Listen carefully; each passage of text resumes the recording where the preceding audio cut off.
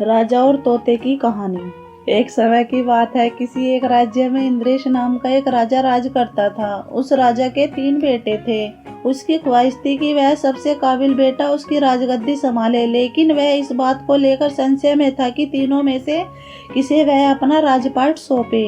एक दिन राजा को एक तरकीब सूझी। उसने उसी समय अपने तीनों बेटों को बुलाया और कहा, बेटा, आज तुम सबसे मैं एक सवाल पूछता हूँ। अगर तुम लोगों के सामने एक गुनहगार खड़ा हो तो तुम उसके साथ क्या करोगे? इस पर राजा के पहले बेटे ने कहा, उस अपराधी को सजाए मौत देनी चाहिए।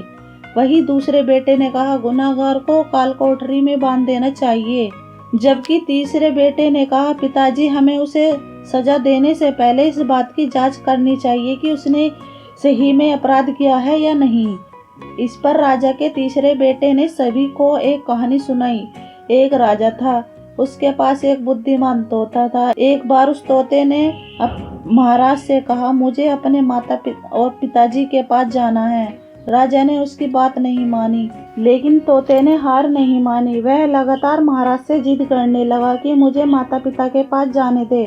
अंत में राजा ने तोते की बात मान ली और कहा, ठीक है, तुम अपने माता पिता से मिलकर आओ, लेकिन वहाँ ज्यादा दिन नहीं रुकना।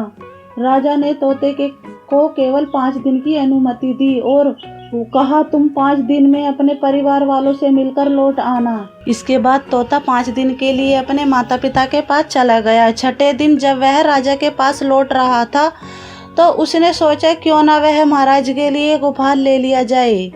फिर वह पर्वत की ओर निकल पड़ा। दरअसल वह महाराज के लिए अमृत फल लेना चाहता था। वहां पहुंचते पहुंचते रात हो गई। तोते ने पर्वत पर पहुंचकर फल को ले लिया, लेकिन रात हो जाने के कारण वह आगे नहीं बढ़ा और वहीं रुक गया। उस रात जब तोता सो रहा था, तभी एक सांप वहां आया और उसने राजा के लिए गए अमृत फल को खाने लगा। सांप ने फल को खाया, इस कारण उस फल में जहर फैल गया था। हालांकि तोते को इस बात की भनक नहीं थी। अगली सुबह वह जब जगा तो फल लेकर राजमहल की ओर चल पड़ा। जब वह महल पहुंचा तो खुशी खुशी सीधा राजा के पास गया और कहा, महाराज, मैं आपके लिए अमृत फल लेकर आया हूँ। आप इसे खाएंगे तो सदा के लिए अमर हो जाएंगे। यह सुनकर राजा काफी प्रसन्न हुआ। उन्होंने तुरंत उस अमृत फल को खाने के लिए मांगा। इस पर एक मंत्री ने कहा, जरा रुकिए महाराज, आप इस फल को बिना जांच किए कैसे खा सकते हैं?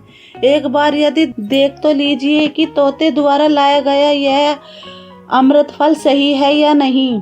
राजा उसी मंत्री की बात से सहमत हुआ और कहा कि तुरंत इस फल को एक कुत्ते को खिलाया जाए। राजा का आदेश पाकर सैनिक ने फल का एक टुकड़ा कुत्ते को खिलाया। फल खाते ही कुत्ते की मौत हो गई। यह देखकर राजा गुस्से से आग बबूला हो गया। उसने क्रोध में आकर तलवार से तोते का सर को काट दिया, साथ ही फल भी फेंक दिया।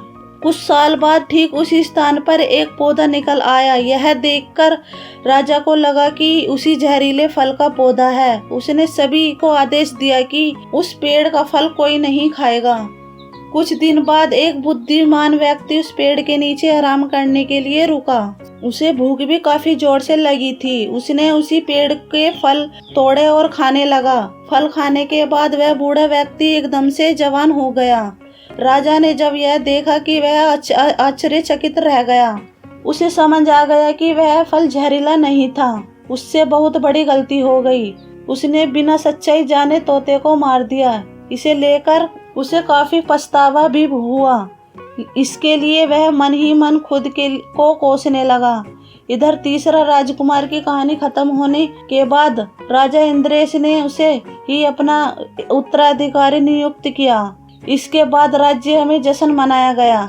तो इस कहानी से हमें यह सीख मिलती है कि हमें कभी भी बिना जांच किए किसी को सजा देनी नहीं चाहिए।